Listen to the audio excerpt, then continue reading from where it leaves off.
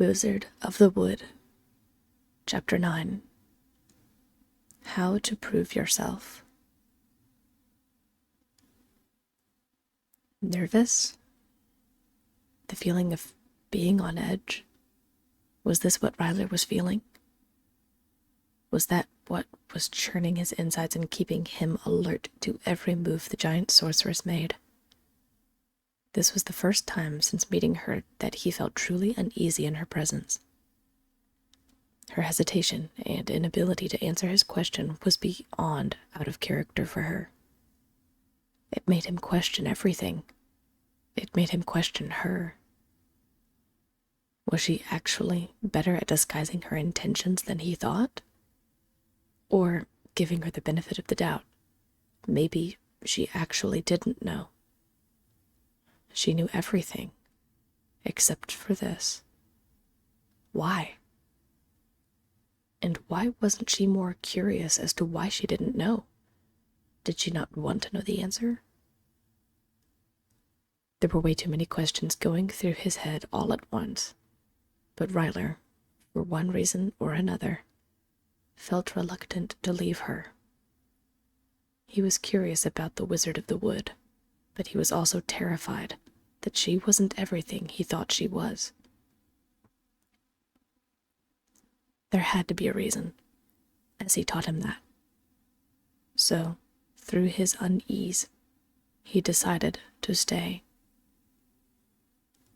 At the same time, he felt these past days weighing on him, and he suddenly realized how dependent he had become on the different contraptions he built in Essie's home, as well as her hospitality. Just over 2 months had passed, and he was already complacent, lingering in a warm bed and expecting 3 warm meals a day. He would help prepare the meal, yes, but it was always with Essie hovering, either being overprotective or want to do it herself. There was a time he was completely independent, autonomous. He missed those days.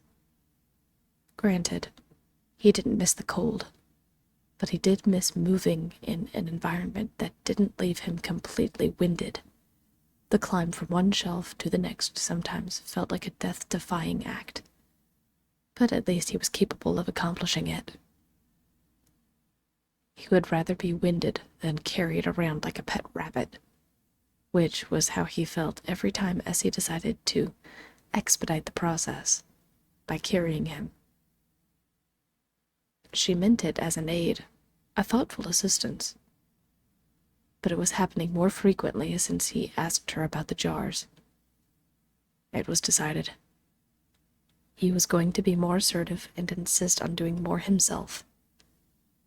So, when Essie said they were going on an afternoon herb harvest, he decided to really put his best foot forward and show he was capable, dependable, to Essie.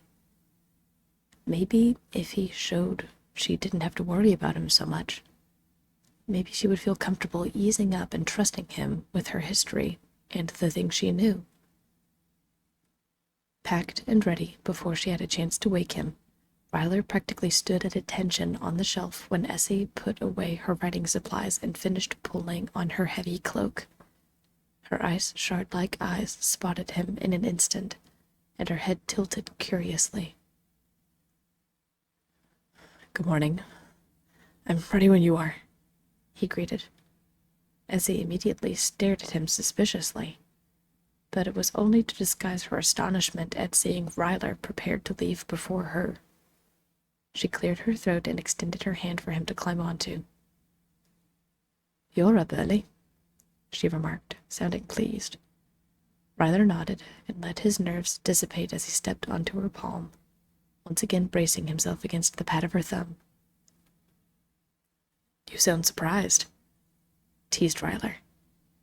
Essie maneuvered her hand by her neck where she had recently sewn a pocket into the hood for him.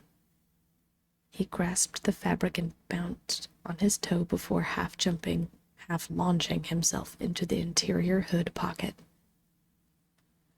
"Pleasantly so," she stated in her matter-of-fact tone. "Wasting time isn't a hobby of mine. Rylir had barely situated himself when Essie strode over to the door, opened it, and shut the door behind her. The snow had melted slightly, and the air's chill had subsided. There was a hint of late spring which had undoubtedly set in on the valley below. Essie closed her eyes and inhaled the fresh mountain air. It felt liberating, taking in the air. It felt free, like she could just let go of the world and spiral into the sky. She muttered the incantation, Volmuska, before darting down into the forest and cliffs below. Rylir felt his insides rise up into his throat at the sudden drop. His knees shook as he was completely weightless for that brief moment in time. A scream couldn't have escaped because there was no wind in his lungs to do so. Trees and rocks flew past as Essie descended the cliffside of Fanged Ridge. Leaping from one stone to the next like a mountain goat, Essie skipped across them like a stone on water until she landed sure-footedly on the other side. "Still with me?" she asked, the breath she had been holding lingering in the air in a thick mist. "Yeah, barely. Left my insides at the top, though," muttered Rylir as he caught his breath. Essie stood slowly, a quirk of a smile on her face, and turned her eyes to the portion of the forest that was clear and beginning to show signs of life along the evergreen bushes. "Rest assured, we won't be long. We need to harvest some Panax quincifolius, and then we'll be on our way. Remember what that is?" asked Essie as she stepped into the field and removed her hood. Rylir fought the fabric of the pocket until he was free to climb out onto Essie's shoulder. He thought about the name for a moment. Quincifolius. He'd heard that before. Rats. Why couldn't he remember? Quinque. That translated into a number, right? 5. Wait, I think... Rylir held his breath and closed his eyes to feel the cold air as he had seen Essie do time and again. This one meditative technique seemed to do the trick, because he suddenly remembered what he associated 5 with. 2 arms, 2 legs, 1 head. 5. A doll. It looked like a doll. Ginseng, right? For, sleeping. Trouble sleeping and something. Coughing? Said Rylir. His heart skipped a beat as Essie glanced over at him, a genuine smile on her face. "Dedicating yourself to your studies, I see," she complimented. "Very good. I'll make an alchemist out of you yet." Essie stepped carefully into the field and knelt, nearly making Rylir lose his balance, and scraped away a small patch of snow to reveal the growing sprigs underneath. Wordlessly, she began to harvest the plants, which is what Rylir didn't want. He'd just had a banner moment, and he didn't want it to end there. Essie, do you think I could try? Harvesting, I mean," requested Rylir, holding his breath as he waited for her response. "There's no need. I'm almost finished. You can replant them and tend to them once we're back home," she replied bluntly and without hesitation. "But I really think I could learn. You're certainly working to comprehend the true names and uses for these herbs, and where to find them. Learning how to harvest properly takes time, which we will have in the summer months," stated Essie.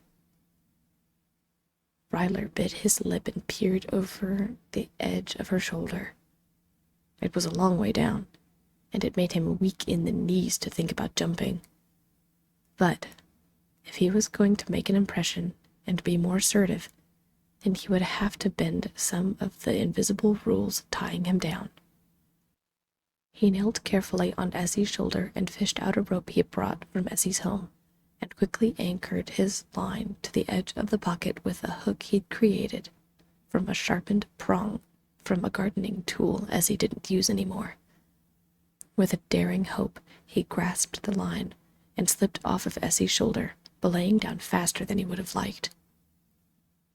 Essie, feeling the shift on her shoulder as well as the sudden slip, instinctually reached up and cupped a hand under Rylir, who instead pushed off of her hand and continued sliding all the way down until he reached the ground. He had made it about 2 steps toward the place Essie cleared with her arm when her fingers tugged at the back of his winter cloak. Rylir tried pulling away but found himself suddenly restrained. The way Essie's fingers pinched his cloak kept his arms pulled taut. His feet were suddenly lifting off of the ground. "What do you think you're doing?" Essie asked, as she continued to lift Rylir up into the air. With calculated precision and skill, she rotated her wrist until he lay face up in her palm. She released her pinch on Ryler's cloak. She suddenly felt confused as she watched Ryler's expression shift into something she hadn't seen before. "Essie, I can do this. I can do things on my own," insisted Rylir. Essie went through the list of emotions and tones Caven walked her through and tried to identify Ryler's tone. Upset? Disappointed? Annoyed. That's what it was. He sounded annoyed. And angry. But why?